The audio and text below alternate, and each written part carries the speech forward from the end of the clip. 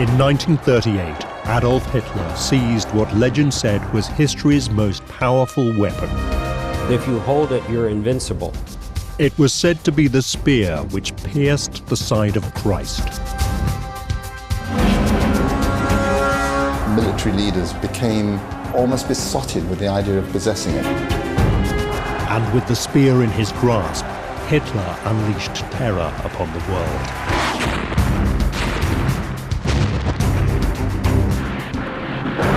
But in the chaos of war, this most valuable of Europe's treasures simply vanished. This was an emblem of war, twisted by the Nazis to become symbols of the Third Reich. But one man, Walter Horn, would uncover the mystery of what had happened to the Spear of Destiny. And one of America's finest generals, obsessed with the spear, would launch a mission to find it.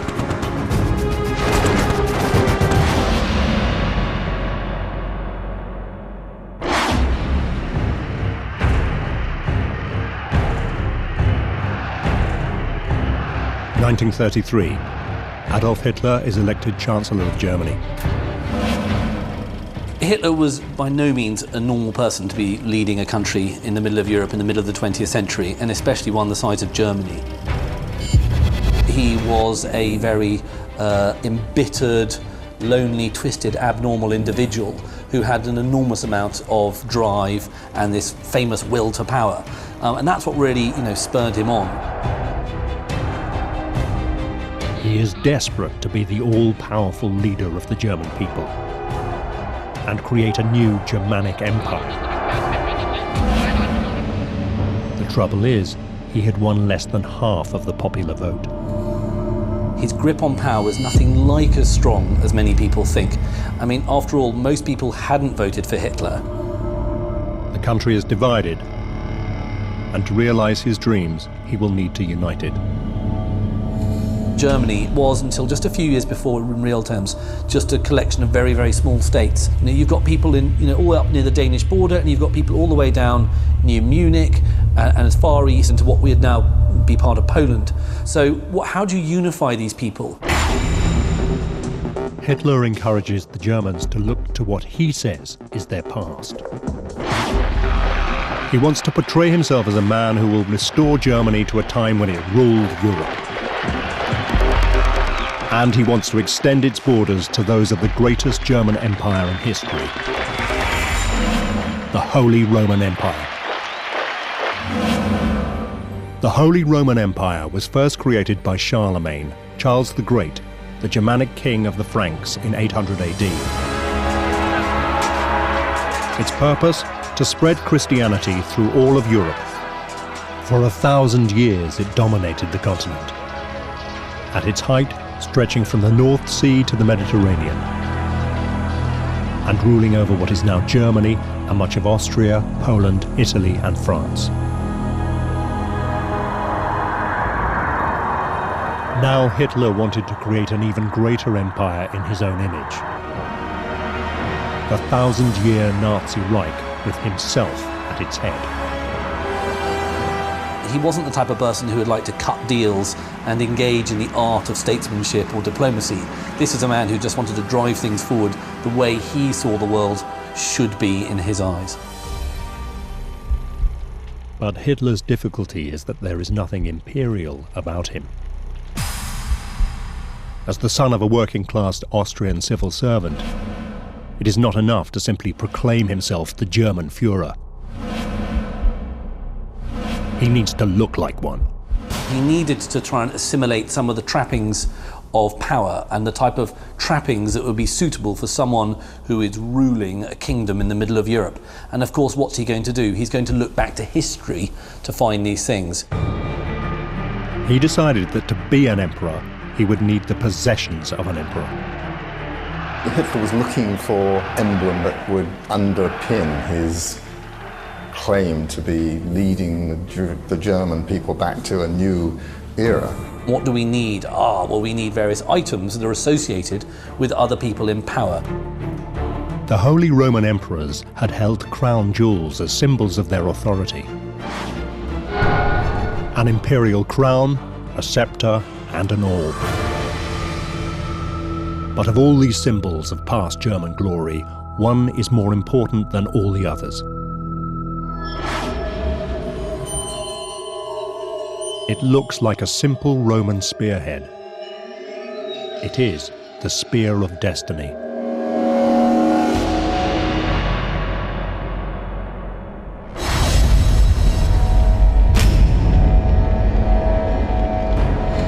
The Spear of Destiny was said to be none other than the spear that had pierced the side of Jesus Christ as he hung on the cross.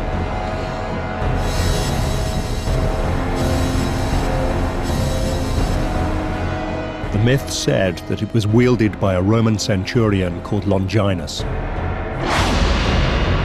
As the legend is told, Longinus was a Roman centurion who'd served Pilate faithfully, and he got cataracts. He was going blind. And Pilate pulled him out of the ranks because he was no longer of service as a fighter, and gave him relative easy duty at Mount Calvary, making sure the crucifixions went off as planned. It didn't require a lot of fighting, didn't require great eyesight.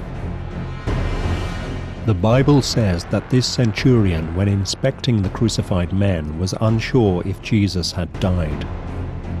So he thrust his spear into Christ's side.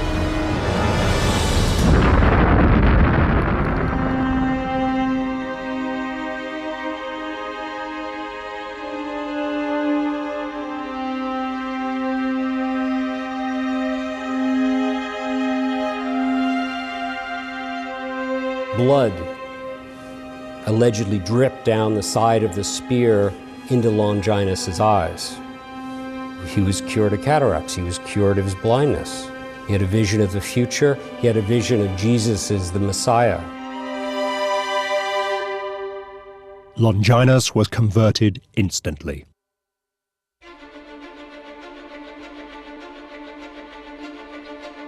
As Christianity spreads throughout the world, Longinus's spear, touched by the Son of God, became a revered holy relic. The spear was passed down, first through a succession of Roman emperors, and then to Charlemagne. Charlemagne carries it into battle, is invincible as long as it's in his hands.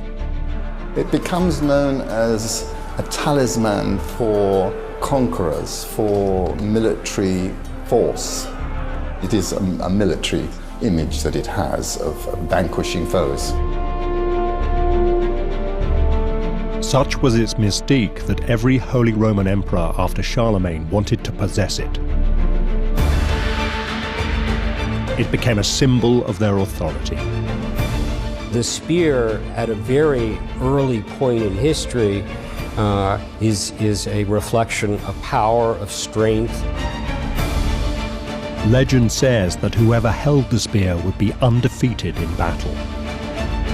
So not only do you get a sense of whoever has this is the true world monarch because he has it, but if you hold it, you're invincible.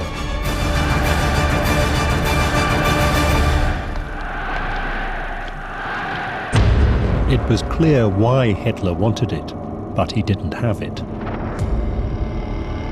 In fact, it was in Vienna, the capital of neighboring Austria.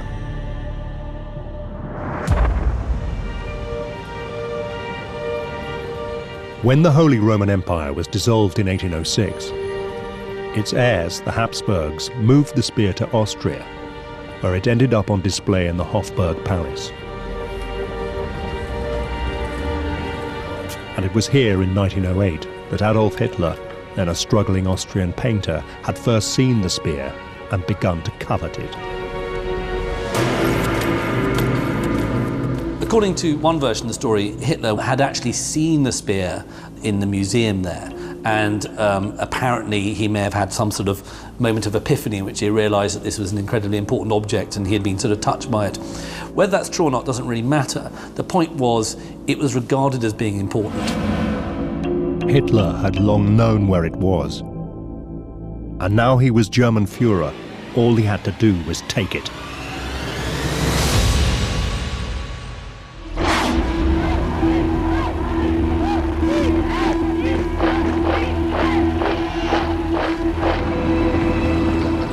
On March the 12th, 1938, German troops crossed the border into Austria. The world watched as the Austrian government collapsed.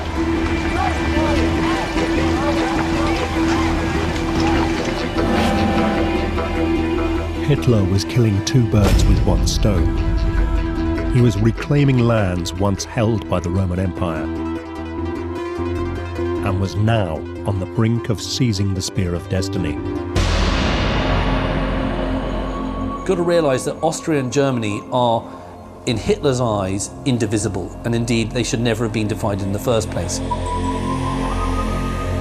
With Austria in his grasp, Hitler now activated the second part of his plan. To seize the spear. As the story is told, as the panzers were driving, across the border into Austria, Hitler had an SS officer in civilian garb already planted in the museum.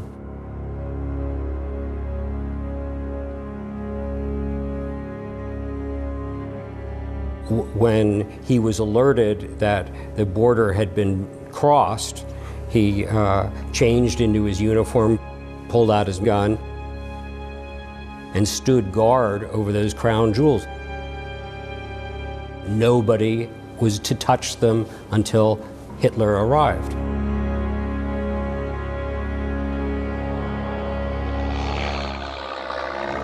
Hitler arrived in Vienna just 2 days after the invasion.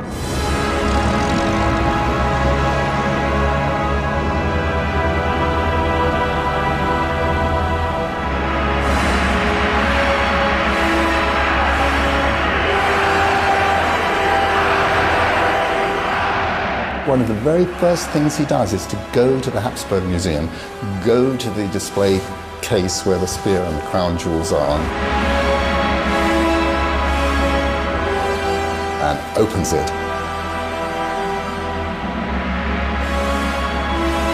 And takes possession of the spear.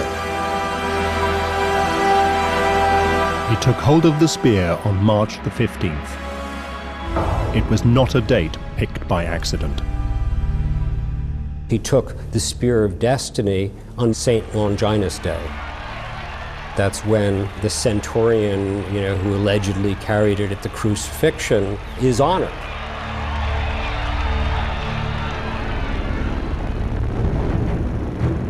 Hitler took the spear to the southern German city of Nuremberg, which had been its home for centuries during the reign of the Holy Roman Emperors. There was absolutely no question where Hitler was going to take the spear once he absconded with it from Austria. He was going to take it back to Nuremberg, back to its spiritual home, what was to be the spiritual headquarters, the spiritual capital of Nazism, of the 1,000-year Reich. Taking his lead from the Holy Roman Empire, Hitler had decided to place Nuremberg at the center of his new Nazi Reich. Berlin is the brain, Nuremberg is the heart.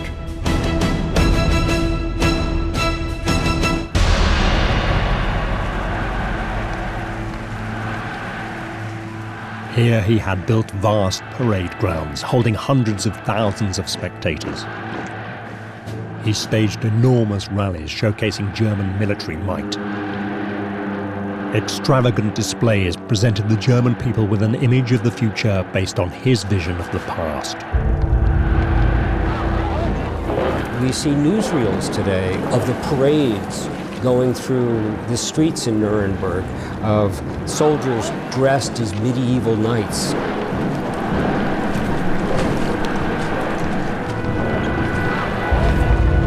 With mock-ups of the chest of the crown jewels, symbolic of being returned to the homeland. The 1,000-year Reich begins.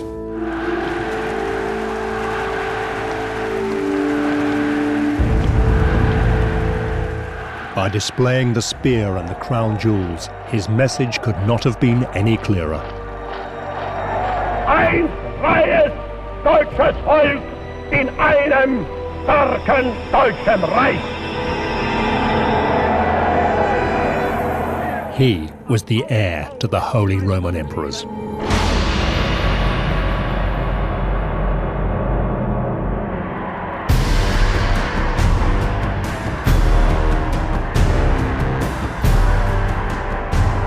It was as if King Arthur had finally gotten Excalibur and was marching through town with it.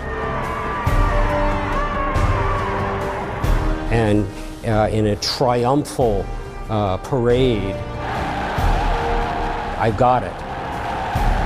With the Spear of Destiny in his possession, Hitler was convinced he would be unstoppable in his aim to conquer the rest of Europe.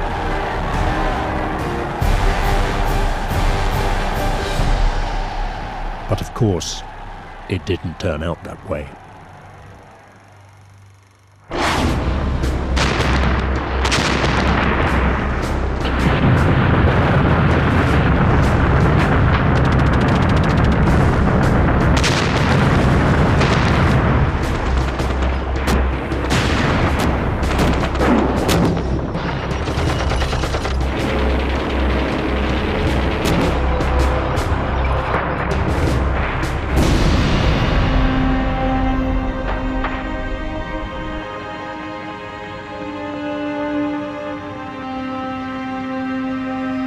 By the beginning of 1945, 5 years of war has devastated Europe. The spear has failed to bring Hitler the victory he had dreamed of. His ambitions lie in tatters. His empire on the brink of collapse. And in the chaos, the Spear of Destiny, one of the great treasures of Europe, has disappeared.